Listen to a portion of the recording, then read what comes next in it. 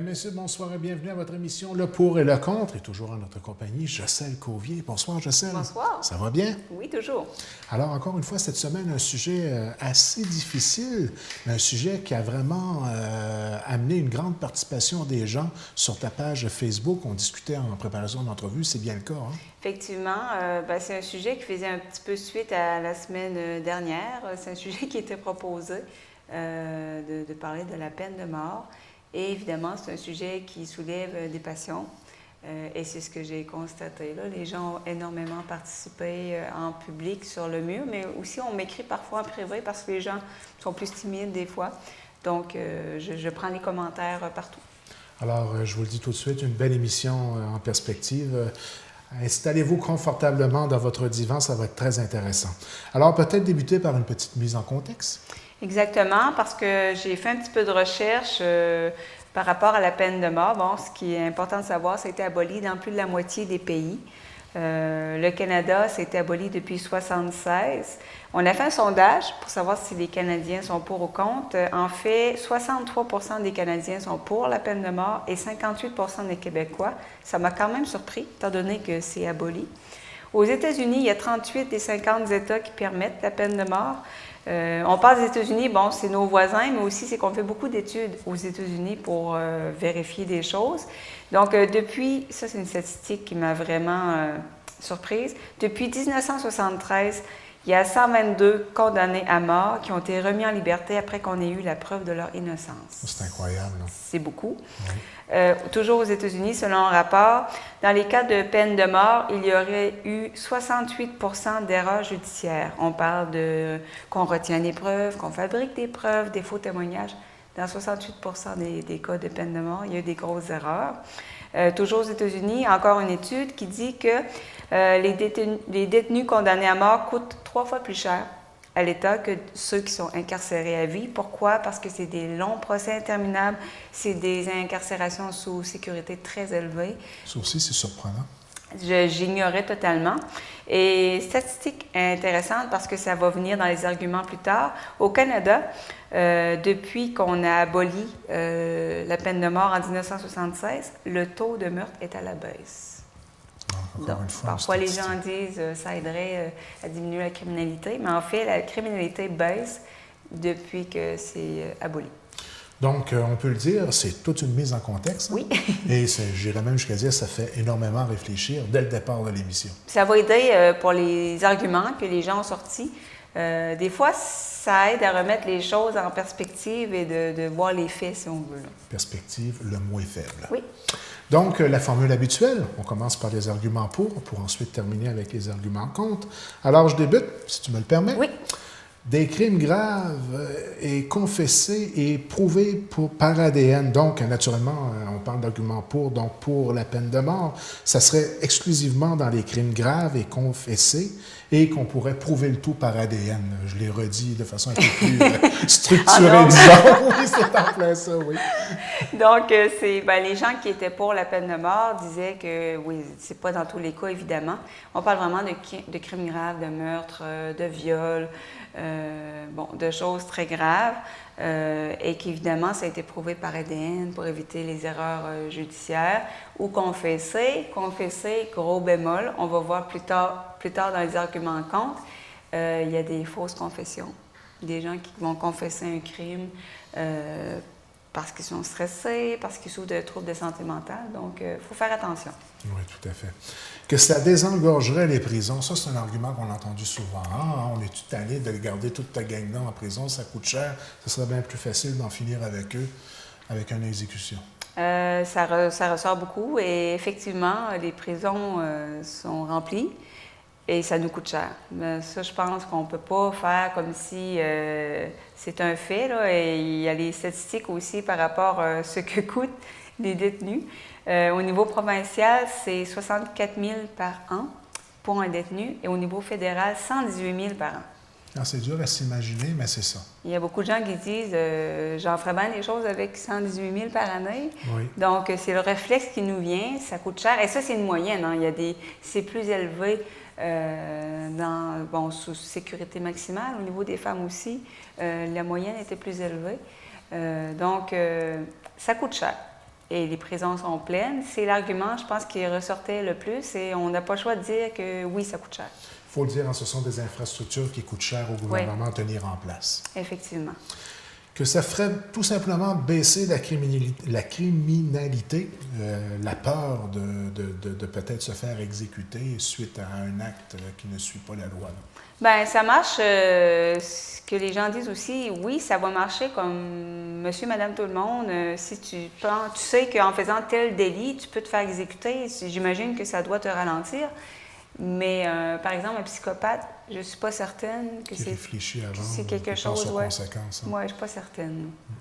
Dans l'histoire de l'humanité, presque toutes les sociétés ont pratiqué la peine de mort. C'est ressorti, ça c'est sur Internet, en faisant des recherches, on préparait des gros dossiers sur le sujet et on disait que c'est entre guillemets normal. Dans toutes les sociétés, à un moment ou l'autre de leur histoire, on a pratiqué la peine de mort. C'est Socrate, si je ne m'abuse, qui a été condamné à mort. Donc, c'est quelque chose qui... On dit que ça fait partie de l'être humain, de vouloir ça se fait encore aujourd'hui. On disait, il y a certains États américains qui le pratiquent encore.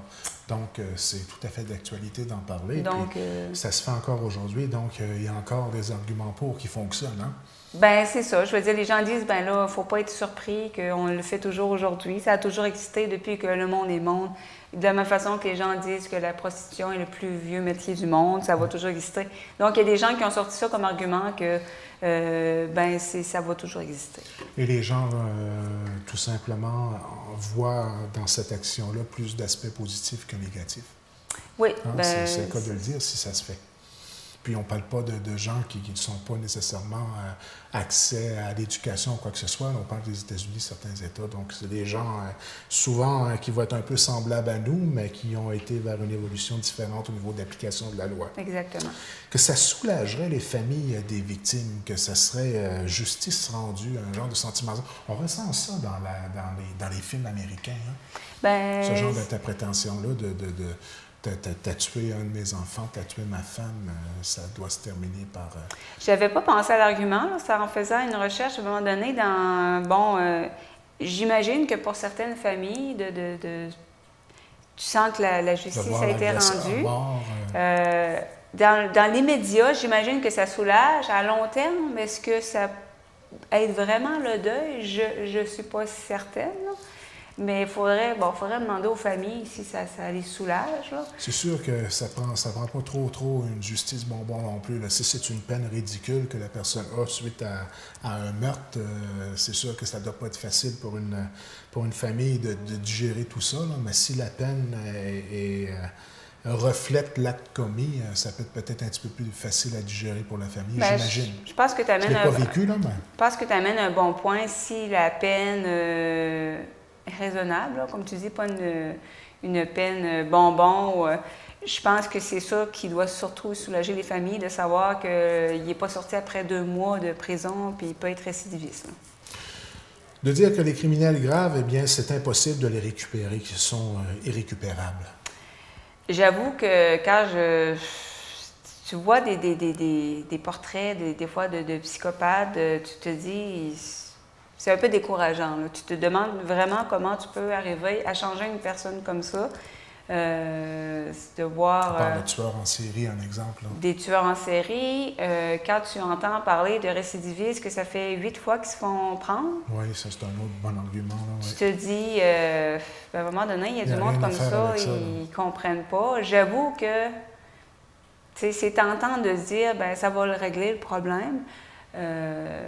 Oui, c'est clair qu'il y a certains individus que je ne pense pas que ce soit récupérable. Je pense malheureusement que ce soit des pédophiles, il y a certains individus qu'il n'y a rien à faire avec eux. C'est mon opinion personnelle, là, mais je pense que... Mais pas tout le monde, là. Il y a des gens que tu peux réhabiliter quand même. Là. On s'aperçoit que le problème, c'est que plus tu lui réfléchis à ce sujet-là, plus tu es porté à avoir une vision un petit peu plus élargie. Ouais. Et lorsque tu abordes le sujet dès le départ, sans vraiment y réfléchir, une vision tunnel, on est porté à aller vers l'argument d'y aller pour sans réfléchir. Simplement la mise en contexte, c'est pour ça que je disais toute une mise en contexte tout à l'heure, c'est simplement la mise en contexte m'a fait réfléchir dès le départ. Ben oui, moi aussi, là, j'ai appris des choses que je ne savais pas, là, honnêtement. Là. Justement, que ça réglerait le problème des récidivistes. Il ne pourra pas récidiver, il va être mort. Dieu sait qu'il y en a qui... La façon de régler le problème, c'est peut-être une façon... C'est la façon de voir les choses pour certaines... Tu peux le régler comme ça ou tu peux le régler aussi en les laissant pas sortir. Oui, ça va aider les... Il y a quand même des juges qui ont un travail à faire là-dedans aussi. Oui, tout à fait, tout à fait. Puis moi, ce qui m'a fait vraiment réfléchir dans la mise en contexte, c'est que ça pouvait coûter plus cher de les amener à l'exécution. Ça, c'était assez étonnant. Oui, ça m'a vraiment surprise. La sécurité de la population devrait toujours être la priorité et aujourd'hui à l'émission, on va tout de suite insérer une citation d'une personne qui a intervenu directement sur ta page Facebook en ce qui concerne le sujet. Oui. Et ça a été vivant comme discussion. Hein? Très passionné comme discussion. Et on y va toujours avec les initiales comme à l'habitude. SD, si la peine de mort existait, les enfants à Turcotte seraient en vie. Une difficulté peut-être à comprendre la logique avec laquelle il a voulu l'emmener, mais je respecte quand même son opinion. Bien, c'est sûr que si la peine de mort existait, on pourrait se dire il y a bien des criminels qui n'auraient peut-être pas fait leur crime. En sous-entendant que peut-être de peur de se faire exécuter, il n'aura pas été dans ce sens-là. Mais dans le cas de Turcotte, de ce qu'on a compris, il était sous l'effet de certaines substances. Je ne suis pas certaine que la peine de mort l'aurait ralenti. Quand une personne est désespérée au point de faire un tel acte, là, on ne sait pas s'il y a des troubles psychiatriques ou pas. C'est un autre débat. Là. Oui. Mais oui, c'est sûr que, ou juste, tu entends le cas d'un récidiviste, je ne sais pas, qui est rendu à son 4e viol, c'est sûr que tu te dis, bien, si on aurait fait la peine de mort... il n'y aurait pas eu cette option-là. C'est sûr que oui, on peut penser comme ça. Là. Je pense qu'on va élaborer un peu plus sur le sujet dans les arguments contre. Et nous sommes maintenant aux arguments contre. Je vais débuter encore une fois? Oui. Erreur judiciaire, hein, dans la mise en contexte, là, je pense que ça a été mis de l'avant dès le départ. Là. Juré pas toujours neutre, irrégularité dans l'enquête. Exemple, Steven Turcotte, condamné injustement à mort à 14 ans, acquitté après 38 ans après, c'est épouvantable. David Milgaard, je ne sais pas si je le prononce bien, condamné injustement à perpétuité à 16 ans, acquitté 23 ans plus tard. Et lui a reçu 10 millions de dédommagements bien mérités, tant qu'à moi. Là. Oui. Et on a une intervention d'un internaute là-dessus. Je vais te laisser y aller. Donc, VA qui nous dit « Où il y a de l'homme, il y a de l'hommerie. Une seule erreur me permet d'être contre la peine de mort. » J'aime beaucoup cette citation, car j'avoue qu'une seule erreur, c'est une erreur de trop. On parle d'une vie humaine quand même.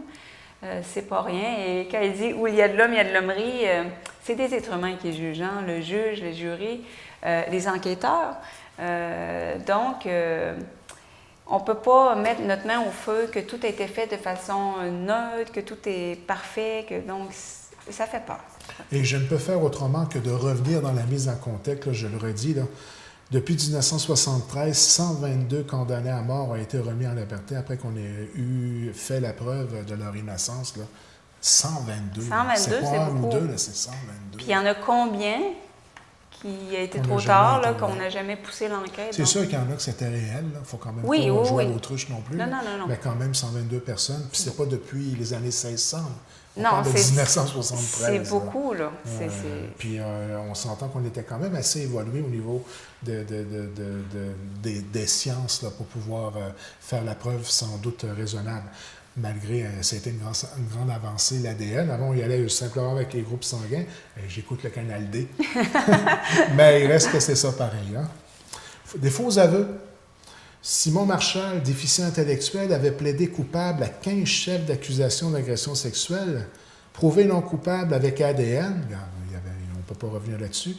Et il a tout de même fait 5 ans de prison. C'est un exemple assez concret. Hein? Puis, il y a des techniques, ça a été prouvé aussi qu'il y a certaines techniques d'enquête. Tu n'es pas obligé non plus de torturer les gens, mais il y a certaines techniques d'enquête qui peuvent faire que la personne finit par voir quelque chose qu'elle n'a pas fait. Ça, elle est tellement là, poussée à bout.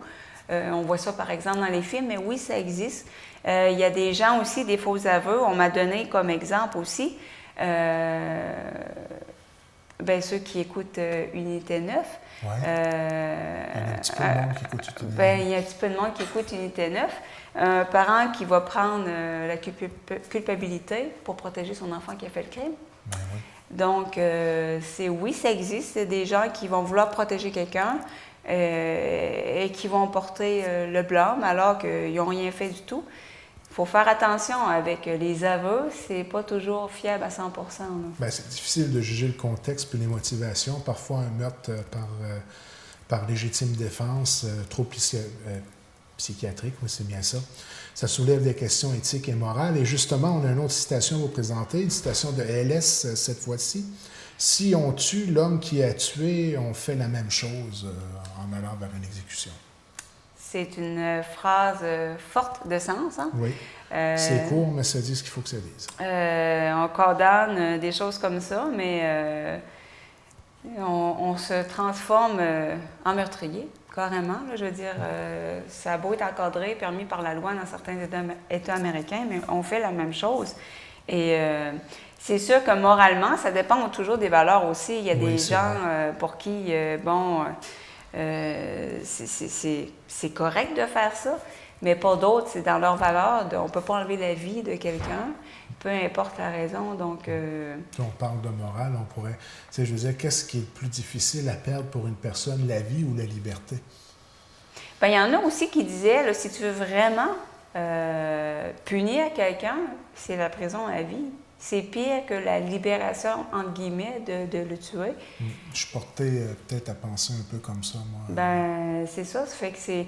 Tu parlais de contexte. Il y en a que c'est une libération, la mort. Ben il y en a que c'est carrément une libération. Et tu parlais de contexte. J'écoute une émission qui s'appelle... j'ai oublié le titre. Canadien encore, je pense. Puis, on montre des techniques d'enquête, comment reconnaître les gestes des gens. Oui. Il y a une émission américaine diffusée en français à TVA, Lie to Me, je pense. Ah, ben c'est ça. Pour reconnaître les interprétations. Ben c'est ça, exactement. faciales. Mais là, c'est une émission québécoise et Oui, on retrace des grandes... Je pense qu'on prenait des vrais témoignages. Des grands criminels, oui. C'est des vrais témoignages qui sont refaits par des acteurs et on voit un peu leurs expressions. Et il y avait un cas là-dedans, un jeune homme qui a tué son frère. Mais quand on voyait le contexte, son frère avait violé sa mère. Tu sais, c'est facile d'un point de vue extérieur de dire oui, c'est un meurtrier. Mais quand tu vois le contexte, sans excuser, il y a un contexte. C'est différent. Donc, c'est pour ça de dire, faut faire attention quand on juge des crimes comme ça. Il y a peut-être des choses qu'on ne sait pas, ou les troubles de santé mentale. On n'est pas en train de faire la promotion de faire sa justice soi-même non plus. Non, définitivement quel que soit pas. le crime à laquelle on doit faire face, on doit toujours faire confiance à la justice. Hein. Nous, on prône, le système de justice, il prône la rééducation et la réinsertion sociale. Il ne faut pas se le cacher, l'ensemble de notre système carcéral est construit et moulé pour en arriver à ce résultat-là, la réintégration sociale. Fait que veut pas... justement, on le dit ici, ce serait comme un retour en arrière, ça a déjà été aboli, oui. Là, ça serait revenir à des valeurs et un système complètement différent. Là, ça coûterait une fortune de faire ça, puis ça n'amènerait pas nécessairement une solution aussi éclairante que ce qu'on pourrait s'imaginer, de rendre ça aussi simple qu'y aller tout simplement avec l'exécution. Je pense qu'on devine un peu notre position à travers la façon avec laquelle on discute. C'est sûr. Ce serait une mauvaise idée de se laisser contrôler par nos émotions, la rage, la vengeance. Ça fait exactement référence à ce que tu viens de dire, que le monsieur, on l'avait violé, sa sœur, sa mère, leur mère, donc son frère. Pas la réaction qu'on a, que ce soit en tant que parent ou en tant que proche, c'est la colère qui vient en premier. C'est sûr, tu es témoin, tu arrives sur le fait que quelqu'un est en train de violer ton enfant, ta mère, ta sœur, ton épouse. C'est difficile de dire, oui, j'appelle calmement la police et j'attends. Oui, il y a des gens qui vont se faire justice, c'est pas la chose à faire, mais à quelque part, en tant qu'être humain, on peut comprendre que les émotions peuvent prendre le dessus. C'est jamais une bonne idée de se faire justice soi-même, mais c'est tout ça pour dire les crimes ne sont pas tous égaux. C'est pas tous des gens qui vont tuer de sang-froid prémédité, des psychopathes en série. Des fois, il y a des... Ça peut être l'homicide involontaire aussi. Accidentel. Tu disais référence à se défendre, là. J'oublie le terme exact. Légitime défense aussi, je veux dire. Donc, parce que c'est sûr que si émotionnellement, si j'entends au bulletin de nouvelles quelqu'un qui a violé des enfants, tout de suite, on se dit pourquoi la peine de mort n'est pas là. On a tout ce réflexe-là parce que ça nous enrage. C'est un peu normal, hein? Où il y a de l'homme, il y a de l'hommerie. Ben, c'est un sentiment qui est tout à fait compréhensible. C'est normal, mais je veux dire, de là à le faire, c'est autre chose. Je pense qu'il ne faudrait pas commencer à être une société qui se fait justice eux-mêmes. Exactement. Les policiers sont là pour ça. Mais il faut comprendre que, oui, il y a des émotions là-dedans, mais passer l'émotion, on fait quoi avec ces gens-là? Est-ce qu'on les met sur la chaise électrique ou quoi? Et on a eu justement un commentaire de LS qui nous disait vouloir la peine de mort tient plus de la vengeance œil pour œil, dent pour dent, que d'une justice respectueuse de nos valeurs. Quand on y pense, là, tu sais, quand on veut passer quelqu'un sur la chaise électrique, est-ce que c'est vraiment par souci de justice ou c'est par vengeance parce que ça nous dégoûte ce qu'il a fait, avec raison. Donc, la justice ne peut pas être construite sur... Je pense pas qu'elle peut être construite sur une mentalité de vengeance parce que ça va déraper quelque part. Et là, on parle vraiment de la vision canadienne et d'autant plus la vision, je dirais même québécoise des choses. Là. Oui. Parce que nous, on est vraiment une société aux valeurs qui va dans ce sens-là. Oui. Les policiers prennent des risques pour attraper des criminels. Les tuer ensuite sera un non-sens. Ça, c'est une personne de France qui a écrit ça. Je n'avais jamais pensé à ça non plus. Puis c'est ce qu'il disait. Il dit ils risquent leur vie. Puis est-ce qu'ils risquent leur vie pour rien, dans le fond, si après on prend la personne et on la met sur la chaise électrique? Donc, oui, c'est un argument... Ce ne sont pas des juges de raid, là, pour faire référence à une bande dessinée. Oui. Il était à la fois policier et juge, et c'était immédiat. Je ne sais pas si tu as vu le film avec Stallone. Non, j'ai pas vu ça. Là. Un classique de Stallone. Ça manque à ma culture. Oui. Une autre citation qui fait référence à quels seront les critères. Alors, une citation de GS. Donc, où l'on s'arrête? Sur quels critères on se basera pour être juste et équitable avec tous? Ça, c'est quasiment de la philosophie, là. Bien, c'est vrai. Est-ce qu'on se dit, OK, on fait pour les meurtres, pour les viols, et les meurtres par compassion? Là, tu mets la limite où? Exactement. C'est délicat. C'est qui décide? Qui va décider? C'est quoi? Je vais vous donner un exemple qui me concerne. Si je vivrais en Iran, en Afghanistan, je serais condamnée à mort parce que je suis gay. Si, par malheur, au Canada, la personne qui décide des critères décide qu'être gay, c'est punissable de mise à mort, je serais condamnée. Donc, c'est dangereux. On met ça entre les mains d'êtres humains qui ont leurs valeurs, qui ont leur jugement. Là, je donne un exemple. Bon, évidemment, au Canada, on ne viendrait pas à punir de mort comme en Afghanistan le fait d'être gay, mais ça peut être d'autres choses, d'autres valeurs qui vont à l'encontre de moi, je ne suis pas d'accord avec ça, mais si la personne a décidé c'était le critère, il faut faire attention. C'est des êtres humains qui vont décider des critères. Là. Voilà un exemple lourd de sens, là, quasiment traumatisant. Oui. La baisse de la criminalité, ça ne serait pas un argument qui serait pour. Ça serait plutôt... Il n'y a aucune preuve qui a été faite là, que ça amenait cette fameuse baisse de criminalité-là. Puis les criminels ne pensent pas aux conséquences de ce qu'ils font avant de le faire dans la majorité des cas. Je pense que ça me paraît quand même assez logique, ça, comme réflexion. Bien, c'est ça. Comme je disais, c'est monsieur, madame, tout le monde. Nous, ça va nous faire réfléchir, mais... souvent, les criminels vraiment graves, ils n'ont plus vraiment cette... je pense pas qu'ils ont... Soit quand parfois ils vont souffrir de troubles de santé mentale, ils ne pourront pas vraiment penser aux conséquences de leurs actes, ou dans le cas de psychopathes qui vont se faire un fun de tuer en série sans aucune empathie ou compassion. Ouais. Je pense pas que la menace Puis même pour certains, c'est quasiment une délivrance de passer sur la chaise électrique. C'est quasiment ce qu'ils souhaitent, donc... Pas sûr là, que ça... Parce qu'en plus, quand tu passes à la chaise électrique, souvent, il y a des gens qui y assistent. Oui. C'est quasiment une fierté pour eux d'être devant. Ah, il y a des gens que c'est leur but, c'est leur objectif. Là, Dans le fond, ce serait de dire que la prévention serait plus efficace que la répression en tant que telle. Hein? Oui, je pense que oui. Ça peut prendre plus de temps à être efficace. Bien, ça, c'est un fait. C'est sûr que ça prend plus de temps, que ça demande plus de patience, ça demande plus de ressources, plus d'encadrement, puis d'avoir une vision plus axée sur le pardon et la réhabilitation qu'une vision sur condamner et y aller selon une certaine vengeance. C'est un mode de pensée complètement différent. C'est décourageant parce que quand tu penses que ça peut prendre des années à ce que tu vas faire en réhabilitation, en prévention, avant que tu vois les effets, c'est sûr que les gens sont tentés, je comprends, de dire, la chaise électrique, tu le règles le problème une fois pour toutes, mais en même temps, on ne traite pas le problème à la source non plus. Puis il y en a qui ça marche. Oui. Hein, il y en a que la réhabilitation, ça marche. Il y a des gens qui se sont réhabilités après avoir fait un meurtre. Oui. Il y a des gens qui se sont réhabilités après avoir violé des femmes, abusé d'enfants. Pas des mots qui sont faciles à dire, mais c'est une réalité qui est tout à fait vraie. Et au Québec, on est même une société à l'avant-garde dans cette vision de réhabilitation-là. Réhabilitation qui n'est pas toujours facile.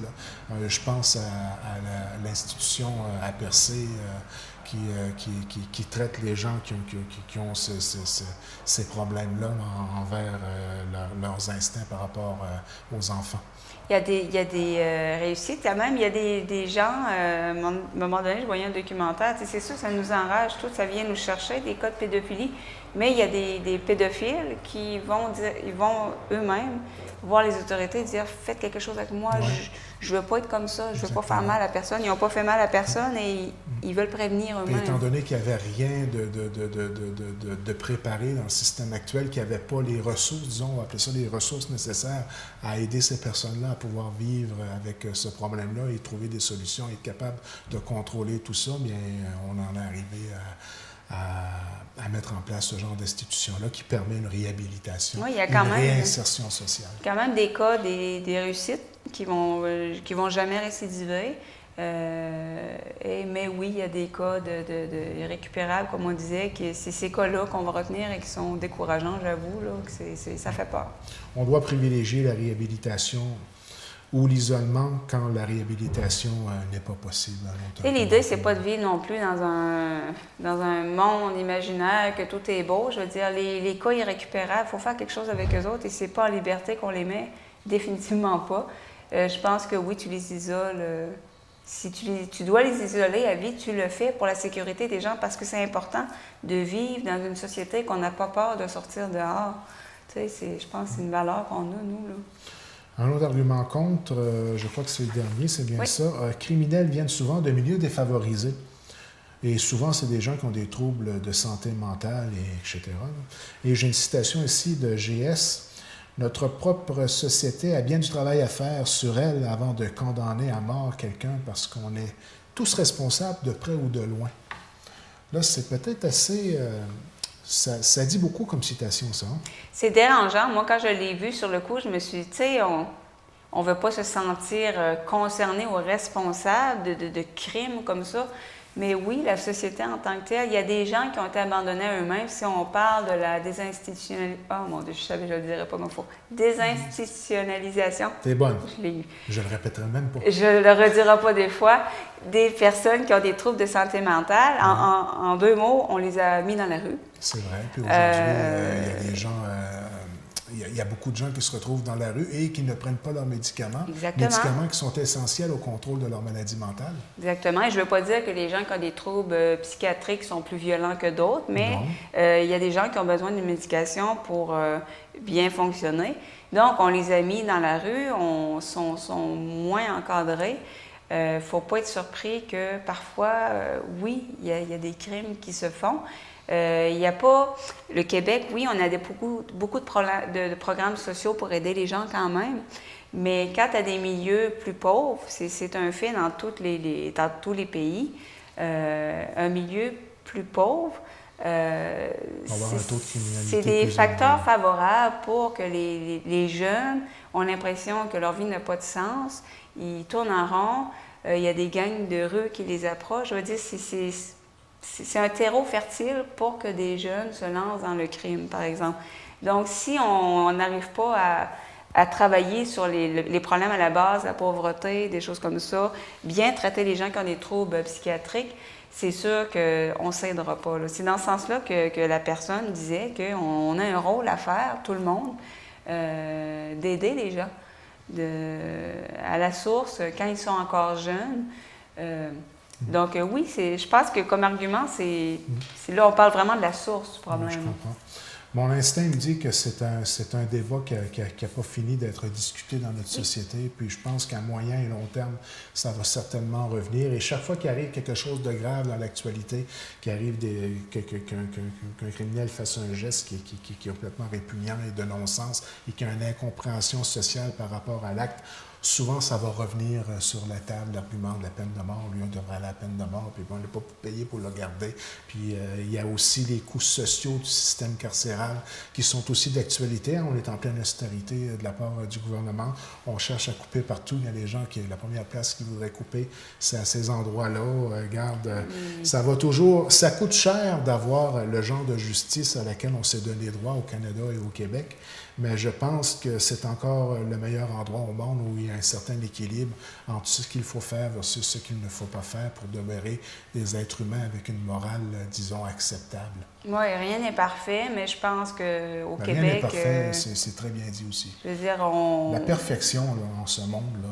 On a un système de justice qui est quand même bien. Oui, souvent, c'est mal appliqué, je trouve, la justice. Des fois, les sentences bonbons, des fois même dans l'actualité, on en parlait dernièrement, de ne pas perdre. Il ne faut pas que les gens perdent confiance en la justice. Est-ce qu'on va accorder l'appel à une telle cause? Est-ce qu'on va... Tu sais, il faut avoir confiance en son système de justice et il faut que la justice soit appliquée de façon à ce qu'on soit capable de l'interpréter malgré le peu de formation qu'on a en tant qu'avocat ou en connaissance du droit général. Ah, Parce que des fois, pour le commun des mortels, ça semble tellement niaiseux une discussion juridique, mais lorsqu'on connaît tout le contexte et puis la façon avec laquelle ça fonctionne, puis qu'on comprend le système en tant que tel, on comprend mieux le pourquoi de la décision.